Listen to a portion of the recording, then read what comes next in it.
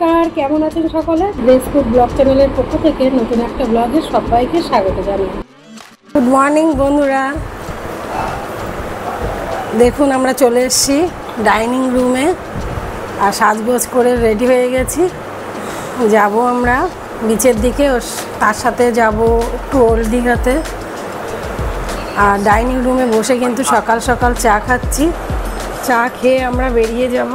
চলুন, সারাদিন আমাদের সাথে থাকবেন, দেখা হচ্ছে বাইরে গিয়ে। তবে বাইরে যাওয়ার আগে আপনাকে ডাইনিং রুমটাকে ভালো করে দেখিয়ে দেব।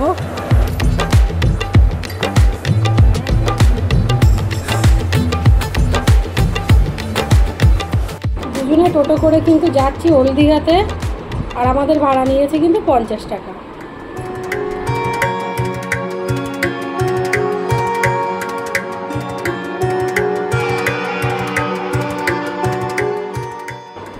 পৌঁছে গেছি ওল্ড দীঘার বাজারে, আর এখান থেকে মাছ ও মাংস কিনে রান্না করে নিয়েছি দুপুরে খাবো বলে।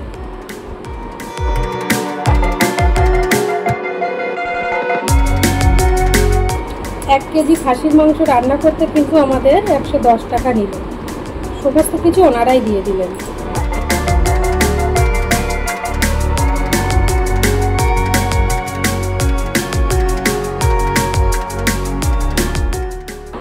সমুদ্রে স্নান সেরে আমরা দুপুরের খাবার খেতে চলে এসেছি ডাইনিং রুমে।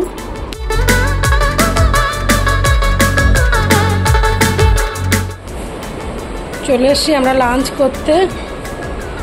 এই যে দেখুন, অল্প কিছু খাবার নিয়েছি। সাদা ভাত, ডাল, স্যালাড নিয়েছি, আলু পোস্ত, পটল আলু পোস্ত আর ইলিশ ফ্রাই, এদিকে ইলিশ ভাপা। চলুন তাহলে খাওয়া শুরু করি। দুপুরের খাবার খেয়ে কিন্তু চলে এসেছি।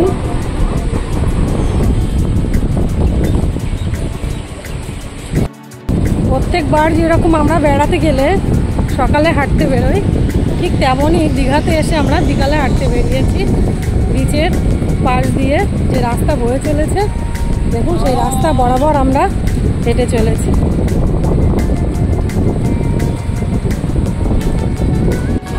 এই যে দেখুন, হাঁটতে হাঁটতে চলে এসেছি ঢেউসাগর পার্কে। ভিতরে দেখুন প্রচুর লোক।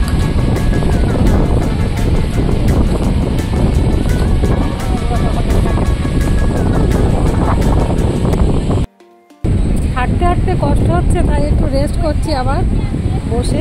এই যে বসে বসে ঢেউ দেখছি, আর কষ্ট হচ্ছে তাই জিরিয়ে নিচ্ছি।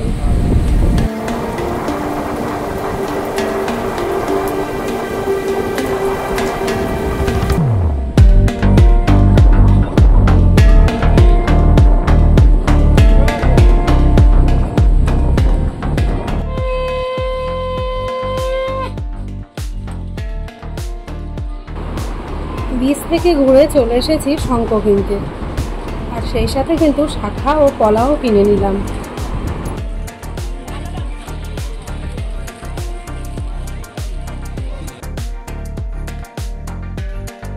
বিচের ধার ঘুরে আমরা এবারে হোটেলের দিকে যাচ্ছি। আর ওই যে দূরে যেটা দেখা যাচ্ছে দেখুন সাদা রঙের, এটাই আমাদের হোটেল জয়রাম হাইটাইট।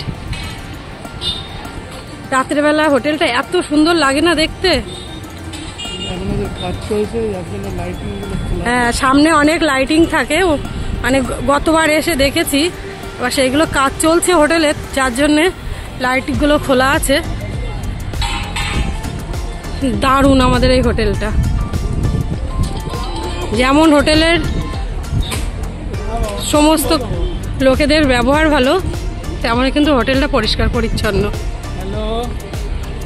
ইচ্ছা আছে পরের বার এসেও একই হোটেলে থাকবো। এই যে দেখুন সামনে থেকে দেখাচ্ছি হোটেলটা।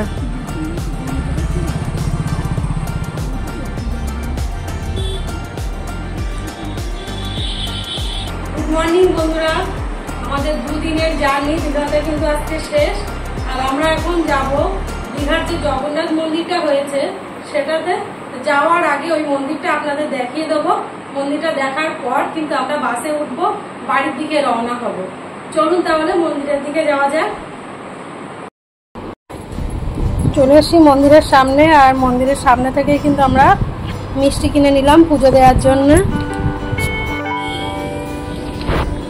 এই যে গার্ডওয়াল করা আছে রাস্তার পাশে, এখান দিয়ে যেতে হবে। এই যে এই ধারে মন্দিরটা,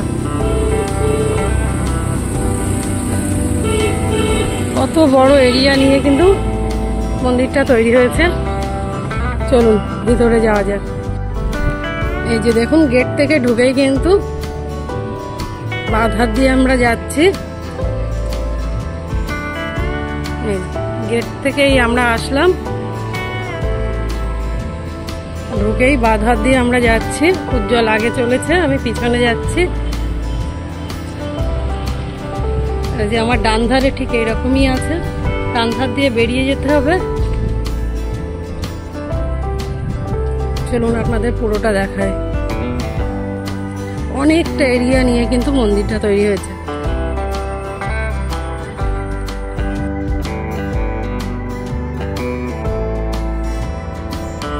আর আমার যেটা সব থেকে বেশি ভালো লাগার জায়গা সেটা হলো এই ফুল। তাই ফুলের ছবিগুলো না তুলে আর থাকতেই পারলাম না, ফুলের ভিডিওটা করেই ফেললাম।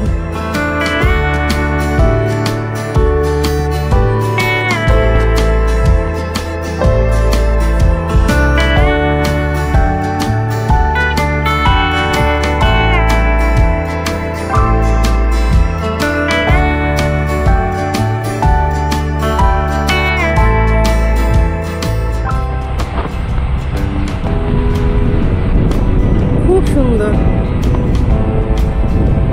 বাইরে থেকে যতটা সুন্দর লাগছে ভিতরে এসে কিন্তু আরো বেশি সুন্দর লাগছে।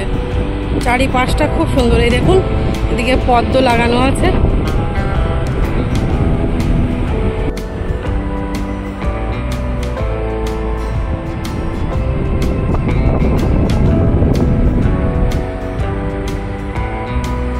অনেক বড় জায়গা। এই যে মন্দিরটার দুই পাশেই কিন্তু একইভাবে পদ্ম লাগানো।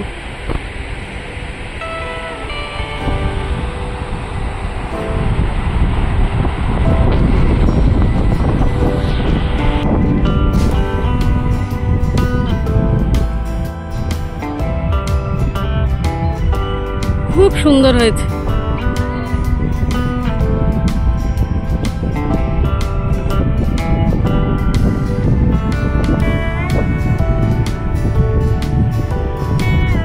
ভিতরে, মন্দিরের ভিতরে কিন্তু মোবাইল নিষিদ্ধ, তাই আমি নিয়ে যেতে পারবো না।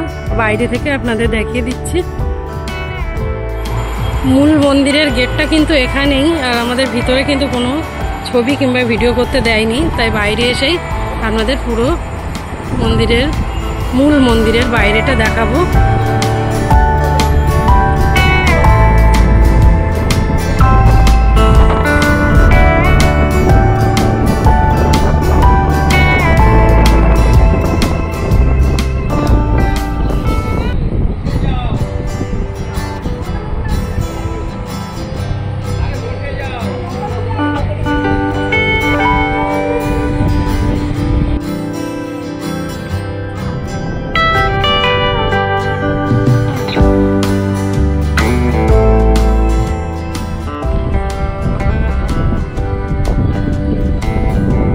ঢুকলাম একটা গেট দিয়ে, আর বার হবো আর একটা গেট দিয়ে।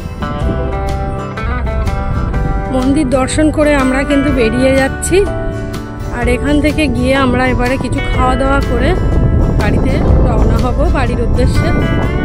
আমাদের এই ব্লগটি কেমন হয়েছে অবশ্যই কিন্তু কমেন্টে জানাবেন, আর ভালো লাগলে অবশ্যই একটা লাইক করবেন, আর বন্ধুদের সঙ্গে শেয়ার করবেন।